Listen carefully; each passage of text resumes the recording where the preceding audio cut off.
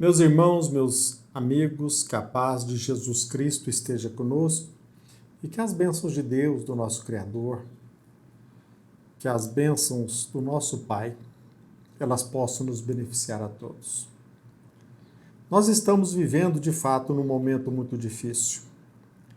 Só que neste vídeo, mais uma vez, eu não vou me comportar como a maioria dos nossos irmãos, confrades, que se mostram isentos, que se distanciam do momento em que nós estamos vivendo, como se nada tivesse acontecendo. Como eu sempre procuro fazer, eu serei mais uma vez direto. Sobretudo no momento em que nos pede posicionamento, no momento em que aquele que defende com palavras a democracia, nós percebemos que, em verdade, ele está a serviço da tirania e da ditadura. Numa circunstância, no momento em que aquele que defende a verdade e diz abominar notícias falsas, na verdade, são aqueles que mentem, que são hipócritas. Por isso, penso que nós devemos ser diretos. E aqui, deixamos bem claro que nós não temos condições de julgar quem quer que seja. Essa tarefa cabe a Deus. E cada um de nós iremos ser os nossos próprios censores. Jesus Cristo, quando esteve aqui, ele veio ao nosso encontro, ele demonstrou de forma clara e ostensiva que nós desfrutamos da liberdade de plantar, mas seremos obrigados a colher. Nós colheremos segundo aquilo que nós semearmos. E nós, pelo menos penso eu, que nós não podemos nos iludir esperando que na Terra o paraíso se materialize de forma abrupta, principalmente sem conscientização. Nós não podemos esperar que o planeta mude de uma hora para outra sem a nossa responsabilidade, sem plantarmos. É claro que o plano vem de Deus, mas o planeta Terra, muito embora ele está fadado a evoluir, a nossa evolução depende dos nossos atos. Então penso que nós não deveríamos nos assustar pelo momento em que nós estamos vivendo. Principalmente quando nós estudamos a história. Nós iremos perceber que na Terra, quase sempre, o poder foi ocupado por ladrões, por assassinos, por ditadores. E também, por outro lado, no tocante ao poder judiciário, na Terra, quase sempre, a justiça foi usada como instrumento de controle nas mãos de poderosos e inescrupulosos. Mas eu repito, todos nós, da pessoa mais simples, ao magistrado, ao desembargador, ao presidente da República, e todo e qualquer ministro, nós seremos julgados pelas nossas ações, de acordo com aquilo que nós plantarmos. Ou será que nós, como cristãos, nós esquecemos as palavras de Jesus Cristo no Evangelho de Lucas, por exemplo, a contida no capítulo 13º? Estou citando apenas uma passagem. E ali no capítulo 13, Jesus Cristo disse, abre aspas, retirai-vos para longe de mim, vós que praticais o mal. E você irá para um local onde haverá grande lamento e ranger de dentes. Ou seja, aquele que faz o mal, ele colherá o sofrimento. Eu quero pegar a título de exemplo o que foi noticiado no dia de hoje. Hoje, dia 7 de novembro de 2022, foi noticiado hoje a morte daquele ator, ex-ator da Rede Globo, acusado e condenado pela morte da atriz Daniela Pérez. Hoje, com 53 anos de idade, Guilherme de Pádua morreu. Ele morreu de infarto. Repito, com 53 anos de idade. Longe de mim, repito, o propósito de julgar quem quer que seja. Eu apenas estou me apoderando deste fato, dessa notícia, porque este acontecimento ele encontrou repercussão nacional e até mesmo fora do país. E eu pergunto, este fato não lhe convida à reflexão, à meditação? De minha parte, penso que sim, pois nós iremos perceber que, independentemente de quem quer que seja, todos nós iremos fazer a viagem, todos nós iremos passar pela morte, pelo fenômeno, pela decomposição do nosso corpo físico, sem que isso represente o fim da viagem. A vida continua, sobreviveremos sempre, e nós, no plano espiritual, também iremos prestar contas. Todos nós, sem dúvida, adentraremos no plano espiritual. Mais uma vez, e todos nós iremos prestar contas dos nossos atos. Mas eu ressalto, não será eu que julgarei quem quer que seja. Eu apenas ouso recordar. Todos nós iremos morrer, mesmo que você não aceite, mesmo que você relute em aceitar essa verdade. Até mesmo você que se diz ateu. E eu sou mais incisivo. Meu irmão, minha irmã, o seu ateísmo não vale de nada. A lei, ela vigora independentemente da sua rebeldia. A lei é eficaz e ela não lhe pede licença para prevalecer. Ninguém fugirá a esta verdade. Ninguém foge do dever de prestar contas. Aliás, aqui na Terra mesmo, nós estamos diuturnamente prestando contas dos nossos atos. Talvez relutemos, postergamos, deixamos para amanhã, mas cedo ou tarde nós iremos prestar contas. Ninguém, seja ateu, pagão, cristão, judeu, ninguém. Todos nós iremos prestar contas.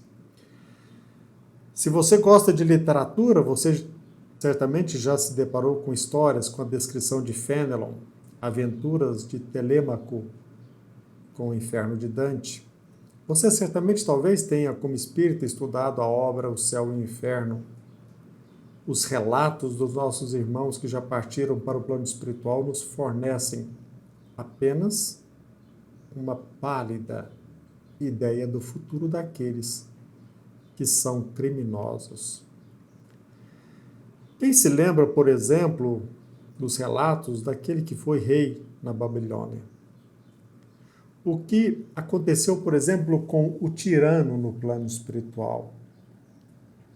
Que contas prestou aquele, ou que sofrimento enfrentou aquele que jamais admitiu ser contrariado e que, de imediato, ele punia tragicamente qualquer crítico inoportuno? O que viveu depois da morte aquele que inventava dia a dia novos prazeres a fim de usufruir da vida da luxúria? O que colherá no plano espiritual aquele que na terra horrorizou a própria família com seus atos? Que frutos colherá aquele que adulterou? Nós responderemos pelos nossos atos. Qual fruto advindo da vida daquele que sempre buscou satisfazer os seus caprichos, suas paixões e fomentou a embriaguez a fim de tornar permanente aqui na terra a vida de luxo? Não tenhamos dúvida. Segundo esses relatos, o tirano se encontrará no plano espiritual com suas vítimas. com seus escravos. Segundo relatos no plano espiritual, lhe será perguntado: então, rei, rainha, imperatriz, onde estão agora os teus aduladores? Enfrente-nos agora, desgraçado. Tornaste-á neste inferno escravo dos teus escravos. Tirano, criminoso, a justiça tarda, mas não falha. Nas regiões infernais, os criminosos encontrarão a presença de ímpios, de hipócritas. Sem dúvida, defrontar-se-ão com aqueles que simularam na terra amar a religião e utilizaram do sentimento religioso para abusos. Sofrerá aquele que, para satisfazer as suas próprias ambições, zombou com seus atos da credulidade de muitos. O criminoso, o tirano, o déspota, todos serão constrangidos a conviver intimamente com seus atos, intimamente com as suas vítimas e até mesmo com criminosos do mesmo nível.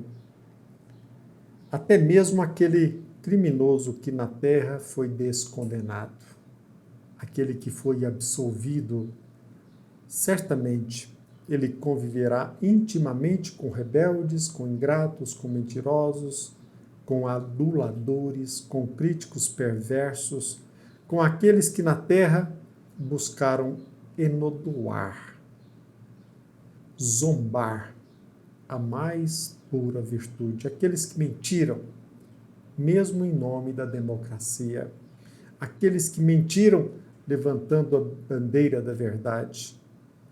Ao lado dos criminosos, ao lado de cada um, também se encontrará aqueles que na terra alimentaram o hábito de julgar as pessoas sem as conhecer, prejudicando até mesmo a reputação de inocentes. Cara a cara com filhos que até mesmo chegaram a degolar os próprios pais, com esposas que mancharam as mãos no sangue dos maridos, com traidores que venderam a pátria. Fato é, meus irmãos, segundo relatos, estudos, leitura incansável, até mesmo no contato com os nossos irmãos no plano espiritual, fato é que neste ambiente que muitos rotulam de infernal, cada qual sofrerá penas de acordo com a natureza dos seus crimes, dos crimes praticados aqui na terra. Então penso que este é o momento de nos perguntar, neste momento em que a injustiça se torna tão flagrante, por que nós, como espíritas, como cristãos, nós estamos tristes, angustiados pelos crimes dos outros? Por que nós nos deixamos vencer porque um mentiroso chegou ao poder, aquele que roubou, aquele que organiza até mesmo o crime? Por que nós estamos angustiados? Por que nós estamos tristes, até mesmo decepcionados com aqueles que diante do poder abusaram com objetivos demoníacos? Por quê? O que nos inquieta? Onde está a nossa fé? Qual o motivo de estarmos receosos pelo fato de que o nosso governante é um criminoso, seja este ou aquele? Ora, relembremos-nos de que nós estamos no ambiente certo, enfrentando as circunstâncias exatas que podem propiciar a nossa ascensão espiritual. E que todos nós iremos responder por nossos atos, e que muito se pedirá aquele que muito recebeu. E se nós estamos conscientes acerca desta realidade, pelo menos cuidemos de nós mesmos. fazendo aquilo que é certo, aquilo que é justo, aquilo que é verdadeiro. Como já foi dito aqui, eu já comentei com vocês, muitos criminosos são descondenados, são absolvidos aqui na terra, mas todos, sem exceção, irão prestar contas de cada ato. Portanto, de nossa parte, procuremos ser felizes, fazendo o que é digno, o que é justo, o que é verdadeiro, o que é correto. Sejamos verdadeiros. E quanto aos nossos irmãos criminosos, deixemos o julgamento a Deus. De nossa parte, pelo menos aprendamos a nos defender deles. Fortalecendo as nossas convicções, criando força para prosseguir, caminhando aqui na terra com a dignidade que esta terra merece, façamos o melhor. E contemos sempre com a ajuda da espiritualidade, com a proteção de Deus e com o norte, que é Jesus Cristo. Que a paz do Messias esteja conosco. Que as bênçãos do nosso Pai, do nosso Criador, que elas possam nos beneficiar a todos. Que assim seja.